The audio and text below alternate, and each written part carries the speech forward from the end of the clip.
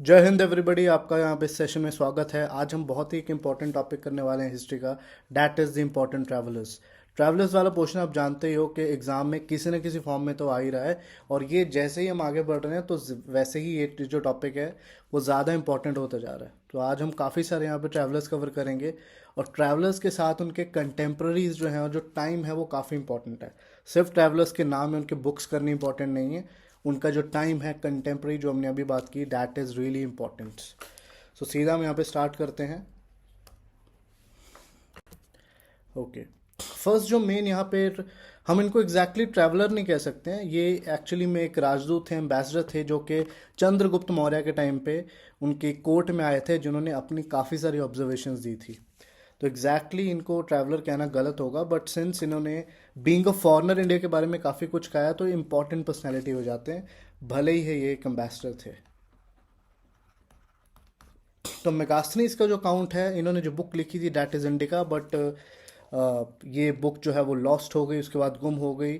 और हम जो मेगास्थनीज के बारे में जानते हैं, ये फ्यूचर जो इसके बाद जो राइटर्स आए थे, चाहे आप प्लाइनी की बात कर लें, चाहे एरियन की बात कर लें, कुछ ग्रीको रोमन राइटर्स आए थे, उनके रेफरेंस से हमें पता लगा कि मेगास्थनीज एक्चुअली इंडिया के बारे में क्या कहा था। मेगास्थनीज जो कि खुद एक ग्रीक थे, उनकी नज़र से इंडियन सोसाइटी, इंडियन सिस्टम कैसा था, उसकी थोड़ी सी हम यहाँ पे बात करने वाले हैं। सो चंद्रगुप्त मौर्य के टाइम पे आए थे, डैट इज़ दी 300 या फिर third to fourth century BC जो है, fourth to third century BC हम इसको कह सकते हैं, लगभग उस टाइम पे आए थे। बुक का नाम यहाँ पे आपको याद होना चाहिए, इवन दो ये बुक आज हमारे पास मौजूद बिल्कुल भी नहीं है। मेगास्थनीज के जब हम अकाउंट की बात करते हैं तो आप ये चीज़ इमेजिन कर कीजिए कि अगर आप किसी भी एक फॉरेन डिग्नेटरी या फिर फॉरेन का एक बहुत इंपॉर्टेंट पर्सनालिटी को कहीं पे दिखाओगे, या कोई शहर दिखाओगे, कोई लोकेलिटी दिखाओगे, तो आप हमेशा एक पॉजिटिव साइड दिखाओगे अपने कंट्री की, कभी कोई नेगेटिव या फिर आप उसको झुग्गी झोंपड़ियों वगैरह में नहीं लेके जाओगे। सो मेगास्थनीज का जो एक व्यू पॉइंट है इंडियंस के बारे में, बहुत ज़्यादा यूटोपियन हमें नज़र में आता है। यूटोपियन की बात है कि बहुत ज़्यादा ओवरली पॉजिटिव कहीं ना कहीं पे नज़र में आता है और काफ़ी चीज़ों को इग्नोर भी किया हुआ है। जैसे कि अगर हम बात करें तो ही हैज़ मैंशन 7 कास्ट, जो कि हम बात करते हैं वर्ण सिस्टम में सिर्फ 4 वर्ण हैं, लेकिन इसने 7 वर्ण मेंशन किए, जो कि एक गलत ऑब्जर्वेशन थी। नेक्स्ट इसने कहा कि इंडियन सोसाइटी में कोई चोरी चकारी नहीं होती, कोई थेफ्ट नहीं होता, लोग यहाँ पे नॉन वेज जो आपका लिकर है वो बिल्कुल कंज्यूम नहीं करते, यहाँ पे स्लेवरी नाम की भी कोई चीज़ नहीं है, there is no slavery in India, जो कि बहुत ही एक गलत ऑब्जर्वेशन है, क्योंकि अर्थशास्त्र जैसे टेक्स्ट में स्लेवरी के डिफरेंट टाइप्स और कैसे हम स्लेव्स को फ्री कर सकते हैं और भी जो डिटेल्स है वो डीप में डिस्कस की हुई हैं। लेकिन अदरवाइज मेगास्थनीज की नज़र से जो भी इंडिया के बारे में उन्होंने लिखा वो काफ़ी इंपॉर्टेंट है कंपैरिजन के हिसाब से कि दूसरे राइटर्स ने क्या लिखा। So he becomes a very important traveller, even though इनकी काफ़ी बातें जो है वो सच नहीं मानी जा सकती हैं। ओके, सो हम अगले उस पर आते हैं जो इम्पोर्टेंट ट्रैवलर हैं, डैट इज़ फाहियान, या फिर इनको फाशियान भी लिखते हैं, जो कि चाइना से आए थे, वो केम फ्रॉम चाइना। लेकिन याद रखना ये नॉर्थ वेस्ट वाले इलाके से आते हैं, he comes basically from north west, that is पूरे वेस्टर्न चाइना से होते हुए, सेंट्रल एशिया से, अफ़गानिस्तान से होते हुए इंडिया की तरफ आते हैं, तक्षशिला वाली साइड से आएंगे। सो ये यू कैन से हांगकॉन्ग या फिर उधर ईस्टर्न इंडिया वाली साइड से नहीं आते हैं, बट ही जब वे वापस गए तो ये बिल्कुल ही साउथ इंडिया और फिर श्रीलंका होते हुए और फिर सी रूट से फिर ये दोबारा साउथ चाइना की तरफ गए। तो इनके वापस जाने का रूट है और जो आने का रूट है, दोनों ही अलग थे। जबकि हम नेक्स्ट ह्यूनसांग की बात करेंगे, वो नॉर्थ वेस्ट से आएंगे और नॉर्थ वेस्ट से ही वापस चले जाएंगे। तो ये चंद्रगुप्त टू के टाइम पे आते हैं, और आपको ये बात पता ही है कि जो बुद्धिज़्म है एंशियंट इंडिया में वो सबसे ज़्यादा पीक पे था, और पूरे साउथ ईस्ट एशिया में, चाइना में बुद्धिज़्म को लेकर बहुत ज़्यादा क्यूरियोसिटी थी। बहुत जो संत हैं, बहुत जो चाइनीज़ और इवन कोरियन और जापानीज़ जो सेंट्स हैं, दे वांटेड टू नो कि एक्चुअली जो ओरिजिनल बुद्धिज़्म के टेक्स्ट हैं वो कहाँ पे हैं, उनको कैसे ट्रांसलेट किया जाए। सो फाहियान के इंडिया में ट्रैवल करने का जो मकसद था वो मोरलेस आप कह सकते हो कि रिलीजियस था। He wanted to travel in India, जिससे वो मैक्सिमम उन प्लेसेस पे विज़िट कर पाएँ जहाँ पे बुद्धा एक्चुअल में रहते थे, जहाँ पे बुद्धा ने ट्रैवल किया हुआ था, जो कि बुद्धा की लाइफ से इंपॉर्टेंट जुड़े हुए हिस्से जहाँ पे थे, और उन्होंने वो भी चीज़ें यहाँ पे कवर करने की कोशिश की। अगर हम यहाँ पे फाहियान की बात करें कि कौन से ओरिजिनल बुद्धिस्ट टेक्स्ट हैं जिनको वो वापस चाइना ले जा सकते हैं। सो मेनली अगर हम एक बात में अगर इसकी बात करें तो बुद्धिस्ट लिटरेचर को ये वापस चाइना ले जाना चाहते थे। So he wanted to bring back the Buddhist literature to China, और यही मकसद मोटा मोटा ह्यून सैंग का भी होगा, जो लगभग आप कह सकते हैं कि 200 साल फाहियान के बाद आते हैं। सो चंद्रगुप्त टू के टाइम पे आते हैं, बहुत ही अच्छे से इनको ट्रीट किया जाता है और बहुत अच्छी जो है ये इमेज इंडिया की प्रेजेंट करते हैं। इंडिया में लोगों को हैप्पी पीपल बोलते हैं कि इंडिया में लोग बहुत ही हैप्पी और कंटेंटेड हैं। यहाँ पे चोरी चकारी बहुत कम है, यहाँ पे लोग बड़े ईमानदार हैं, नॉन वेज बहुत ज़्यादा कम खाते हैं, ड्रिंकिंग भी बहुत कम है, सज़ा भी बहुत कम मिलती है, राजा भी बहुत अच्छा है। लेकिन आप हर बात को उस तरीके से हम नहीं ले सकते हैं, क्योंकि फाहियान का जो एनालिसिस है वो में भी चाइनीज़ सोसाइटी के कंपैरिजन में उन्होंने चीज़ें बताई हैं। लेकिन हम आगे भी बात करेंगे, जितने भी फॉरेन ट्रैवलर्स आ रहे हैं 99% जो हैं वो इंडिया को एक बहुत ही बेहतर और एक अच्छा लैंड बताते हैं, जहाँ पे कंडीशन ऑफ आम सोसाइटी भी बहुत अच्छी है और राजा भी अच्छे से ट्रीट करते हैं। तो ये एक कॉमन थीम होगा जो कि हम देखेंगे कि लगभग सारे ट्रैवलर्स ही ऐसी बात करेंगे। ओके, और एक बहुत इंपॉर्टेंट बात तो यहाँ पे आ जाती है कि 60 साल के फाहियान थे जब ये इंडिया में आए, ऑलरेडी बहुत बुज़ुर्ग हो चुके थे, और जब ये वापस भी जाते हैं तो चाइनीज़ जो एम्परर हैं काफ़ी ज़्यादा इनका सत्कार और जो आदर है वो करते हैं। सेकंड सी कपिला वस्तु, बोध गया, ये सारी जगह पे विज़िट करते हैं जो कि बुद्धा की लाइफ से जुड़ी हुई हैं, और इन्होंने संस्कृत और बाकी भी काफ़ी चीज़ें सीखी। फुगोजी करके इन्होंने अपनी बुक लिखी जो कि चाइना में काफ़ी ज़्यादा प्रसिद्ध हुई regarding your Fahien's account of India, और ये बहुत सारा जो बुद्धिस्ट लिटरेचर है ये वापस चाइना में लेके जाते हैं और बहुत अच्छी यादों के साथ ही फिर चाइना में जाते हैं। और ये कुछ पॉजिटिव कनेक्शंस हैं जो इंडिया और चाइना के, अगर हम हिस्टोरिकल लिंक्स की बात करें, जो इंडिया और चाइना को जोड़ने का काम करते हैं। Okay, so next important traveller यहाँ पे हैं ह्यून सांग, जिसको ह्यूआनज़ांग भी कहा जाता है, और ये इनको मोक्ष देव का भी, अगर संस्कृत नाम की बात करें तो मोक्ष देव का भी इनको नाम दिया गया है। और ये Harshvardhan, that is 6 to 7 century AD के आसपास ही आते हैं। एंड इनका जो अकाउंट था इंडिया के बारे में, इनको ज़्यादा कॉम्प्रिहेंसिव और ज़्यादा डीप कहा जाता है। ये ज़्यादा इंडिया में रहते हैं, ज़्यादा इंडिया में चीज़ों को ऑब्जर्व करते हैं, एंड ह्यून सैंग को सबसे इम्पॉर्टेंट चाइनीज़ पिलग्रिम या फिर ट्रैवलर यहाँ पे कहा जा सकता है। और लेकिन जो पर्पज़ इनका था वो फाहियान के जैसा ही था। ये चाहते थे कि ओरिजिनल जो बुद्धिज़्म की किताबें हैं उनको चाइना में ले जाके उनको ट्रांसलेट किया जाए, और ओरिजिनल बुद्धिज़्म जो है उनकी चीज़ों को ये लोग डिस्कवर कर पाएँ। इनफैक्ट जो ज़ेन बुद्धिज़्म है तिब्बत का, और जो इवन जो बुद्धिज़्म साउथ ईस्ट एशिया में गया है, कोरिया में गया है, जापान में गया है, उनमें इनकी जो ट्रांसलेट और लाई हुई बुक्स हैं उनका बहुत ज़्यादा रोल हम कह सकते हैं। ओके, तो ऐसा कहा जाता है कि 600 से भी ज़्यादा किताबें यहाँ से लेके गए, जो कि पता ही नहीं कितने घोड़ों और खच्चरों पे लादी हुई थी इन्होंने। लेकिन इन्होंने कहा कि बुद्धिज़्म का जो एक स्टेटस है वो डिक्लाइन वाला स्टेटस है। बुद्धिज़्म बिल्कुल राइज़ यहाँ पे नहीं करता हुआ दिख रहा है, बुद्धिज़्म एक्चुअली डिक्लाइन में है, जो कि बात बिल्कुल सच थी। ओके, और इन्होंने और भी बड़ी चीज़ों को यहाँ पे डिस्कशन किया, इंडिया की ज्योग्राफी, शहर कैसे हैं, राजा कैसे हैं, हर्षा के बारे में बहुत अच्छी बातें बताते हैं ये। बट यहाँ पे एक हैप्पी पिक्चर दिखाने के साथ साथ हम यहाँ पे ये भी देखते हैं कि जो ह्यून सैंग है वो यहाँ पे अनटचेबिलिटी की कंडीशन का भी बताते हैं कि वर्ण सिस्टम में जो एक नेगेटिव बात थी अनटचेबिलिटी, तो अनटचेबल्स जैसे कि चांडाल जो थे, जो कि हम कह सकते हैं हंटिंग और डेड एनिमल्स की स्किन वगैरह से डील करते थे, तो उनकी क्या बुरी हालत थी, ये सब चीज़ें भी इन्होंने बताई हुई हैं। So overall a very good situation of India, लेकिन कुछ नेगेटिव चीज़ों का पक्ष भी इन्होंने रखा हुआ है। सो सबसे ज़्यादा इनको इम्पोर्टेंट यहाँ पे माना जाता है ह्यून सैंग को। ह्यून सैंग के 100 ईयर्स बाद, डैट इज़ यू कैन से 8th century AD, you can't exactly से 100, हम कह सकते हैं कि 40, 50, 60 ईयर्स बाद इन 7th और 8th century AD में एक यी जिंग नाम के एक और चाइनीज़ पिलग्रिम आते हैं, जिसके बारे में हम कम पढ़ते हैं, बट इनके बारे में भी पूछा जा सकता है। सो यी जिंग, और इनको इत्सिंग भी कहा जाता है, इत्सिंग, ITSING, तो इनका भी आपको आइडिया होना चाहिए। Again a very important personality. लेकिन जो मेन दो हैं वो यही हैं, Fahien and Hiuen Tsang. Okay, next is Al Masudi. ये एक बहुत ही तगड़े जोग्राफ़र थे, बहुत ही तगड़े स्कॉलर थे अरब वर्ल्ड से, जो कि 10th सेंचुरी सी में आते हैं।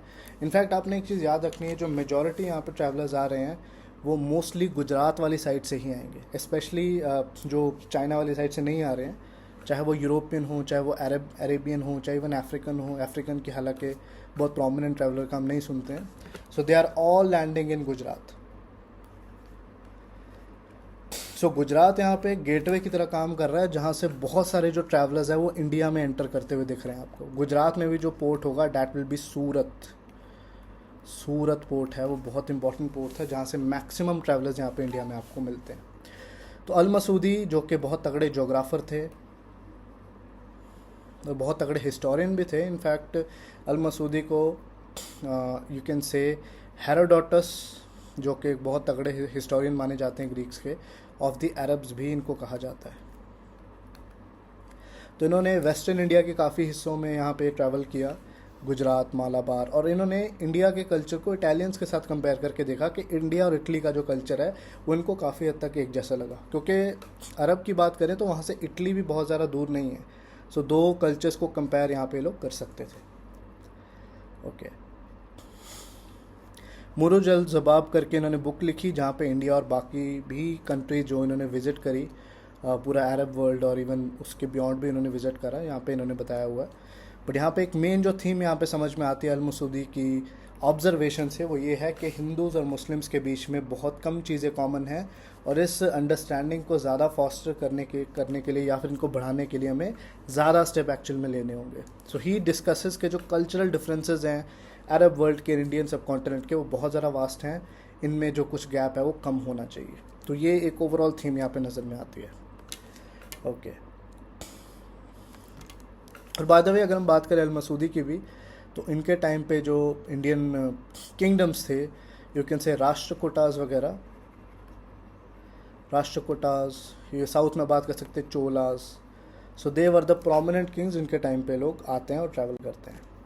ओके, नाउ कम्स अल बिरूनी, जो कि यू कैन से लगभग 1000 AD के आसपास इंडिया में ट्रैवल कर रहे हैं, जब महमूद ऑफ गजनी के इंडिया में बहुत ही घातक अटैक्स हो रहे थे। तो he was basically a scholar Mahmud of Ghazni की कोर्ट में, और महमूद ऑफ गजनी जैसे कि बहुत ही ज़्यादा बदनाम और इनफेमस था इंडिया में रेड्स मारने के लिए, specially destruction of the great Somnath temple. लेकिन एक इम्पॉर्टेंट स्कॉलर उसकी दरबार में ज़रूर था, डैट वॉज अल बिरूनी। ये उज़्बेकिस्तान, ईरान वाले कल्चर से आते थे, और इन्होंने बहुत ज़्यादा डीप रिसर्च की इंडिया के बारे में, जो कि इन्होंने अपनी किताब में लिखा हुआ है, डैट इज़ तहकीक हिंद, और ये अरबिक में लिखी हुई है, जिसके 18 वॉल्यूम्स हैं। हालांकि इन्होंने इंडिया के सारे शहरों को, कल्चर्स को खुद से देखा नहीं है, खुद से ऑब्ज़र्व नहीं किया, लेकिन इन्होंने बाकी सोर्सेज से काफ़ी ज़्यादा पढ़ा। अल बिरूनी एक्चुअल में काबुल में और अफ़गानिस्तान के बाकी हिस्सों में काफ़ी ज़्यादा हिंदू स्कॉलर्स के कांटेक्ट में आए, और उनके थ्रू इन्होंने इंडिया की एक इमेज बनाई। सो एक कमी इनकी हम ये कह सकते हैं कि खुद इन्होंने विज़िट जो जगहें की बहुत कम थी, बट इंडिया की लगभग हर चीज़ के बारे में बात कर रहे थे। गीता के बारे में, द उपनिषद्स, हमारे स्कॉलर्स जैसे पतंजलि, पुराणों के बारे में, वेदों के बारे में, जो साइंटिस्ट थे जैसे आर्यभट्ट जैसे scientist. So he is talking deeply about the Indian philosophies, systems and everything. And then he is impressed also कि इंडिया में कितनी नॉलेज है, तो काफ़ी इम्प्रेस्ड भी था, क्योंकि अल बिरूनी एक स्कॉलर आदमी था। He was like having a very, you can से, एक साइंटिफिक अप्रोच वाला आदमी था। ये हर चीज़ को रिलीजन के एंगल से नहीं देख रहा था। तो he had a lot of appreciation for the Indian culture as well, और ये भी कहता था कि हिंदूज और मुस्लिम्स का जो कल्चर है वो बहुत डिफरेंट है। अब यहाँ पे हिंदू मुस्लिम का मतलब क्या है? मुस्लिम मीन्स बेसिकली सेंट्रल एशियन और अरब वर्ल्ड के जो निवासी हैं। जो हिंदूज़ हैं दे आर ऑल जो कि इंडियन सब कॉन्टिनेंट में रह रहे हैं, उनको यहाँ पे हिंदूज़ बोला जा रहा है। तो इसलिए कह रहा था कि दोनों एक दूसरे पे बहुत ज़्यादा ट्रस्ट नहीं करते हैं, because there is a hell lot of communication lag जो कि दो कम्युनिटीज़ के बीच में आपको दिखता है। सो अल बिरूनी की किताब जो कि 18 वॉल्यूम, कम नहीं होते हैं। सो ये सबसे ज़्यादा आप कह सकते हो कि डिटेल्ड एक एनालिसिस है इंडियन सब कॉन्टिनेंट का। So very important again. Okay, next हम आते हैं मार्को पोलो पे। मार्को पोलो एक बहुत ही फेमस इटालियन ट्रैवलर हैं, लेकिन ज़्यादा जो इनका इंटरेस्ट था मार्को पोलो का, डैट वाज इन चाइना। तो मार्को पोलो चाइना से एक्चुअली जब वापस आ रहे थे तब इन्होंने साउथ इंडिया के कुछ पोर्शंस को विज़िट करा था। ये 1200 समथिंग में आते हैं, डैट 13 सेंचुरी एडी में ये एशिया को विज़िट करते हैं, लेकिन इंडिया वाला जो पोर्शन था वो उतना ज़्यादा प्रोमिनेंट नहीं था। तो साउथ इंडिया के कुछ पोर्शंस में इन्होंने यहाँ पे विज़िट करा और he was actually quite surprise. अगर हम मार्को पोलो की बात करें तो बहुत ज़्यादा सरप्राइज था वो इंडिया में रिचेस देख के, प्रॉस्पेरिटी देख के। ये देखा कि यहाँ पे गर्मी बहुत ज़्यादा है। यूरोपियन था तो यहाँ पे जाहिर सी बात है कि बहुत ज़्यादा गर्मी भाई साहब को लगेगी, बट देन ही रियलाइज्ड कि यहाँ पे लोग भले ही बहुत ज़्यादा कपड़े ना पहनते हों, लुंगी में घूमते हों, लेकिन उनके पास अपनी जो प्रॉस्पेरिटी है बहुत तगड़ी है। सब ने कोई ना कोई जेवर पहने हुए हैं। राजा भी कपड़े पूरे नहीं पहनते हैं, but he is wearing a lot of ornaments.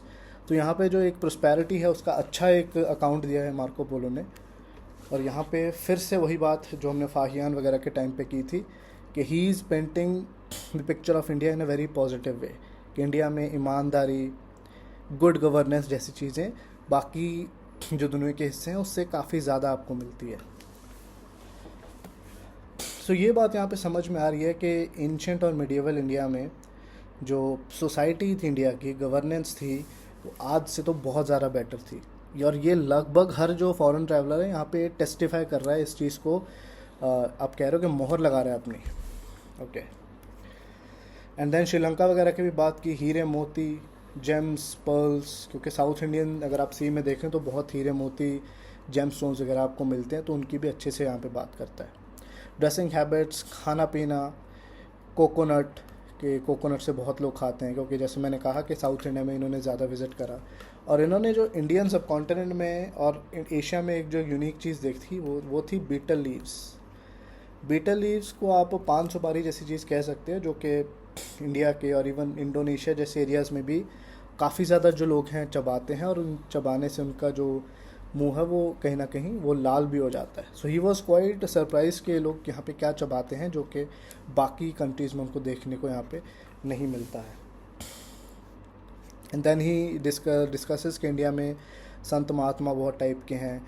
Jainism एक रिलीजन है जो कि किसी को भी मारता नहीं है, बिल्कुल ही नॉन वायलेंस की बात करते हैं। तो ये चीज़ें मार्को पोलो के लिए बड़ी ही आश्चर्यजनक थी, क्योंकि दुनिया के किसी और हिस्से में ये फ़िलासफ़ीज़, ये जो ब्यूटी है इंडिया की, इनको नहीं मिलती थी। फिर देन थोड़ा बहुत विज़िट करके ये यहाँ से चले गए थे। Okay, then we talk about Ibn Battuta, जो कि मोरक्को से आते हैं एंड दुनिया के सबसे ज़्यादा ट्रैवल्ड पर्सन्स में से एक इनको माना जाता है, जो कि अफ्रीका के कोने से चलते हैं, लगभग एशिया का हर कंट्री नापते हैं और फिर वापस अपने कंट्री में चले भी जाते हैं। लेकिन जब ये इंडिया में आए थे तब मोहम्मद बिन तुगलक का शासन चल रहा था। डैट वाज अराउंड 1330 की आप बात कर सकते हैं, तो 14th सेंचुरी की बात हो गई है। सो इंडिया में इन्होंने बहुत सारी चीज़ें यहाँ पे देखी। इन्होंने देखा कि मैंगो नाम का भी एक फ्रूट होता है। इन्होंने और भी यहाँ पे चीज़ें देखी, हाथी बंदर जैसे जानवर देखे जो कि दूसरे हिस्सों में आपको बहुत ज़्यादा देखने को नहीं मिलते हैं। इन्होंने सती प्रथा को भी देखा, जिनको देख के बहुत ज़्यादा इनको लगा कि ये एक गलत प्रैक्टिस है, जो कि थी भी। इन्होंने इंडियन सोसाइटी को, इंडियन खान पान को, इंडियन कपड़ों को, पूरे से कस्टम को बहुत अच्छे से यहाँ पे देखा। और जब ये इंडिया में आए, इब्न बतूता की जब हम बात करते हैं तो मोहम्मद बिन तुगलक के काफ़ी फेवरेट हो गए थे और इनको काजी की पोस्ट मिल गई थी दिल्ली में, जितने साल ये रहे। तो देखा जाए ये सिर्फ ट्रैवलर नहीं थे, इन्होंने इंडिया में कुछ टाइम जॉब भी किया अगर हम देखें तो। लेकिन इवेंचुअली हुआ क्या, इब्न बतूता भी क्रिटिकल थे मोहम्मद बिन तुगलक के। ये खुद कहते हैं अपनी बुक में, इनकी बुक का नाम था रहला, RIHLA। उस बुक में ये खुद कहते हैं कि मोहम्मद बिन तुगलक बहुत ही मर्क्यूरियल आदमी है। मर्क्यूरियल मीन्स बहुत ही मूडी आदमी है, किसी को ईजिली सज़ा दे सकते हैं, किसी को ईजिली मरवा सकते हैं। तो इनके कुछ व्यूज़ की वजह से इब्न बतूता और इनकी बनती नहीं है, तो मोहम्मद बिन तुगलक इनको एक एम्बेसडर बना के चाइना में भेजने का फरमान जारी कर देते हैं कि भाई आप यहाँ से अब चलते बनो। और ये फिर दिल्ली जैसे कैपिटल की भी बात करते हैं कि दिल्ली बहुत ही बड़ा सिटी है और ये बहुत तगड़ा एक कल्चरल कैपिटल भी बन चुका है। अगर हम ईस्टर्न वर्ल्ड की बात करें, क्योंकि ये सारे मोस्टली वेस्टर्न वर्ल्ड से आ रहे थे। कहने का मतलब कि अफ्रीका, यूरोप, ये भी वेस्ट में ही पड़ते हैं। सो ये ईस्टर्न वर्ल्ड इनको, इंडिया को कहीं ना कहीं कहा जाते थे। सो इवेंचुअली इब्न बतूता जो हैं वो साउथ इंडिया होते हुए, श्रीलंका, मालदीव्स होते हुए फिर चाइना चले गए थे, और चाइना में काफ़ी वक्त बिता के फिर ये वापस अपने कंट्री गए थे। और इन्होंने मालदीव्स की भी बड़ी तारीफ़ की है। मालदीव्स आइलैंड जब इन्होंने विज़िट किया, इन्होंने मालदीव्स को भी वंडर्स ऑफ द वर्ल्ड कहा, कि one of the wonders of the world है। बहुत ही बढ़िया आइलैंड्स हैं जो आपको और कहीं जगह नहीं दिखते हैं। Okay, now this is the Frenchman Francois Bernier. आपको नाम से पता लग रहा होगा कि ये यूरोपियन नाम है। तो ये फ्रांस से आए थे, और ये मुग़ल जो शासन चल रहा था उनके टाइम पे आते हैं, 1650s में। तो बेसिकली जब दारा शिकोह और यू कैन से कि औरंगज़ेब के बीच में एक बहुत ही घातक वॉर चल रही है सक्सेशन के लिए, then he is coming to India. और he basically was a doctor, जिन्होंने काफ़ी काम भी किया as a you can say doctor with the Mughals. और फ्रांको बर्नियर एक बड़े ही यूनिक यहाँ पर ट्रैवलर हैं, जिन्होंने इंडिया की ज़्यादा नेगेटिव्स बताए हैं पूरे यूरोप को और पूरी दुनिया को। इन्होंने अपनी किताब लिखी है travels of the Mughal empire, उसमें काफ़ी ज़्यादा वियर्ड बातें भी लिखी हैं। एंड फ्रांको बर्नियर की जैसे हम बात कर रहे हैं, तो he was not appreciative of the Indian culture. ज़्यादा क्रिटिकल नज़र से देखते थे, और ज़्यादा कमियां इन्होंने इंडियन कल्चर में निकाली हैं।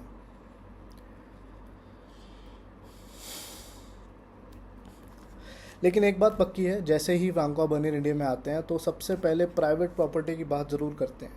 ही सेज कि इंडिया में सारी ज़मीन, सारा लैंड, सारे का सारा इंडियन सब कॉन्टिनेंट वो शहंशाह का है, सुल्तान का है, राजा का है। आम लोगों के पास कोई भी ज़मीन नहीं है, कोई भी अपने घर नहीं है, प्राइवेट प्रॉपर्टी नाम की चीज़ है ही नहीं, क्योंकि सब कुछ सुल्तान का है।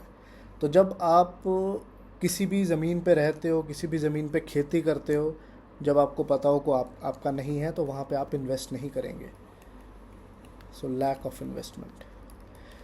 तो ये गलत फहमी थी फ्रांको बर्नियर को कि इंडिया में प्राइवेट प्रॉपर्टी नहीं है, आप अपना घर, अपनी ज़मीन खरीद बेच नहीं सकते हो, और इसकी वजह से आप उसमें डेवलपमेंट करने का भी नहीं सोचोगे। हालांकि बहुत ही गलत एक धारणा थी, क्योंकि इंडिया में प्राइवेट प्रॉपर्टी का कंसेप्ट बहुत ही पुराने टाइम से चला आ रहा था। पर ये क्रिटिसाइज़ करने के लिए इसने ऐसी बात कही, और इसने कहा कि इंडिया में सिंस लोग अपनी डेवलपमेंट में ध्यान ही नहीं देते हैं ज़्यादा, क्योंकि प्राइवेट प्रॉपर्टी नहीं है, तो यहाँ तो इंडिया में बहुत पुअर लोग हैं और कुछ अमीर लोग हैं जो कि इन गरीबों को दबाते रहते हैं। तो इंडिया में there is no middle class, ये इस भाई साहब का यहाँ पे कहना था। सो बहुत ही वाहियात और बहुत ही अजीब सी जो फ्रांको बर्नियर है, इनकी यहाँ पे ऑब्जर्वेशंस रही हैं इंडिया को लेकर, जो कि सबसे नेगेटिव ऑब्जर्वेशन भी आप कह सकते हैं। ओके, और अजीब बात यह है कि फ्रांको बर्नियर का जो एक व्यू था उसको यूरोप ने काफ़ी ज़्यादा माना भी। ओके, फ्रांको बर्नियर के ही साथ में उनके 10-20 साल आगे पीछे एक और ट्रैवलर आए थे फ्रांस से, डैट वाज टैवर्नियर। ये भी मुगल्स के ही टाइम पे आए थे इन 17th सेंचुरी। आप इसको भी अलग से नोट कर सकते हैं। सो वो ऐसे नहीं थे, इन्होंने काफ़ी पॉजिटिवली इंडिया को देखा और उनके कल्चर को वहाँ पे डिपिक्ट किया। बट ये भी TAVERNIER टैवर्नियर थे, ये भी फ्रांस से ही आ रहे थे इन 17th सेंचुरी। सो आप नोट कर सकते हैं। ओके, नेक्स्ट हम आते हैं एक और यूनिक ट्रैवलर पे, जो कि बहुत ही दूर से इंडिया में ट्रैवल करने आए थे। डैट इज़ अफान्से निकितिन, जो कि रशिया से आ रहे थे सीधा। तो रशिया से ये अपने घोड़े पे चले और बहुत ही कैस्पियन सी से होते हुए, सेंट्रल एशिया से होते हुए, और फिर फाइनली अरेबियन सी से शिप में एक टूर करके इंडिया में पहुंचते हैं। और फिर 14th सेंचुरी जब बहमनी सल्तनत इंडिया में थी, जब महमूद गवन जैसे ईरानियन जो प्राइम मिनिस्टर से इंडिया में रूल कर रहे थे डेक्कन वाले एरिया में, तब इन्होंने इंडिया में ऑब्जर्वेशंस करी और इंडिया में ट्रैवल करा। तो उन्होंने काफ़ी चीज़ें यहाँ पे देखी कि इंडिया में किस तरह के लोग हैं, क्या पहनते हैं। यहाँ पे एक छोटी सी क्रिश्चियन कम्युनिटी है जो कि केरला वाली साइड पे है। लाइफस्टाइल, रिलीजन, यहाँ पे इन्होंने बताया कि 84 के आसपास रिलीजन्स हैं। तो काफ़ी चीज़ें इन्होंने ऑब्ज़र्व की जो कि बाकियों ने भी करी। एंड इंडिया के ट्रेड की बात करी, क्योंकि रायचूर और गोलकोंडा माइन से डायमंड माइन किए जाते थे, डायमंड की कटिंग भी होती थी। बाद में आपको बता दूं कि डायमंड की जो मेन मार्केट्स थी वो बहुत टाइम तक इंडिया की मोनोपोली थी। उसमें इंडिया में ही मेन जो डायमंड माइनिंग है वो की जाती थी, गोलकोंडा और ये Raichur, you can say that Deccan area, वो हैदराबाद और जो आप कह सकते हैं कि कर्नाटका वाला एरिया, उसी की अगर हम बात करें तो बहुत ही ठंडे इलाके से आते थे अफैन से निकेतन। तो बाद में ही बिकेम होम सिक, इनको घर की याद आने लगी। और इनफैक्ट इंडियन कल्चर भी बिल्कुल मैच नहीं करता था रशियन कल्चर से। सो कई जगह इनको लगा कि मेरी जान को भी ख़तरा हो सकता है, तो उन्होंने एक मुस्लिम नेम भी रख लिया था थोड़ा इजी रहने के लिए। सो इवेंचुअली ये यहाँ से चले गए। उन्होंने काफ़ी इंपॉर्टेंट चीज़ें यहाँ पे ऑब्जर्व भी करी। ओके, अब कुछ और इम्पोर्टेंट ट्रैवलर्स की बात करते हैं जिनका जस्ट आपको पता होना चाहिए किसके टाइम पे और नेम उनका क्या है। बहुत डिटेल में हम इनकी नहीं जाएंगे। तो फर्स्ट यहाँ पे निकोलो मनुची, जो कि फिर इटालियन थे। इनको मार्को पोलो ऑफ इंडिया भी कहा जाता है। ये भी लगभग आप कह सकते हैं कि फ्रांको बर्नियर के ही आसपास आ रहे हैं। जब दारा और औरंगजेब आपस में लड़ रहे थे तब निकोलो मनुची भी यहाँ पे फिजिशियन या फिर एक डॉक्टर की तरह यहाँ पे काम कर रहे थे। तो मुगल्स के ही यू कैन से कि सर्वेंट्स यहाँ पे आके बन गए थे। बहुत छोटे थे उम्र में जब शिप पे इंडिया में यहाँ पे आ गए थे निकोलो मनुची। तो काफ़ी इंपॉर्टेंट है। एंड मुगल्स की अगर बात करें तो औरंगज़ेब के शुरुआती दौर में he was there. Okay, then हम बात करते हैं पीटर मुंडी, जो कि इंग्लैंड से आए थे 1628 में। तब भी यहाँ पे जहांगीर और जो शाहजहां का जब स्टार्ट होता है, जब जहांगीर की एंडिंग थी कार्यकाल की और शाहजहां की स्टार्टिंग थी, तो लगभग उसी टाइम पे आते हैं और शाहजहां का मेजरली पीरियड यहाँ पे कवर करते हैं। और पीटर मुंडी की अगर हम बात करें तो ही वॉज बेसिकली यहाँ पे कंपनी के ऑफिशियल्स की तरह उन्होंने वो आए कंपनी ऑफिशियल्स से, क्योंकि ईस्ट इंडिया कंपनी उस टाइम पे बन चुकी थी। तो इसलिए उन्होंने एज अ ट्रैवलर भी इंडिया को एक्सप्लोर करने की कोशिश की। अब ईस्ट इंडिया कंपनी से बहुत सारे ऑफिसर्स आए, लेकिन हर कोई इंडिया को उस यू कैन से यूनिक कल्चरल या फिर एक ट्रैवलर की नज़र से नहीं देखता था। वो सब एक बिजनेसमैन की तरह कहीं ना कहीं बिहेव करते थे। ओके, और ये जो दो तीन हम आगे पोर्चुगीज़ ट्रैवलर्स की बात करेंगे, इनका जो ज़्यादा ताल्लुक होगा वो विजयनगर एम्पायर से होगा।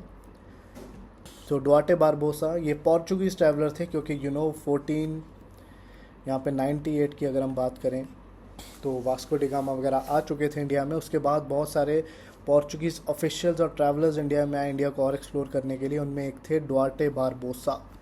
और ये जो बारबोसा थे वो पोर्चुगीज़ राइटर थे और ट्रैवलर थे जिन्होंने विजयनगर एम्पायर के बारे में बहुत ही डिटेल्ड अकाउंट दिया और उसकी रिचनेस और प्रोस्पेरिटी के बारे में काफ़ी बताया है। विजयनगरा में हम्पी जो कैपिटल थी उसकी क्या शान व शौकत थी, राजा की क्या शान व शौकत थी, कल्चर किस तरीके का था, तो उन्होंने काफ़ी डिटेल में बताया है। ओके, तो उसके बाद डोमिंगो पेस भी आते हैं सिमिलर लाइंस पे। ये भी विजयनगर एम्पायर के बारे में काफ़ी ज़्यादा चीज़ें बताते हैं लगभग सेम टाइम पे ही।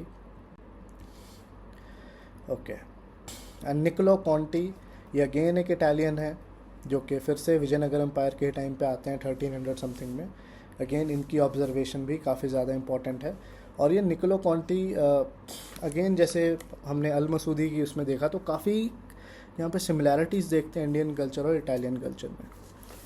और इन्होंने इवन तेलुगु लैंग्वेज को इटालियन ऑफ द ईस्ट कहा है, इटालियन ऑफ द ईस्ट। काफ़ी यूनिक यहाँ पे जो बात है, it can be asked in the exam.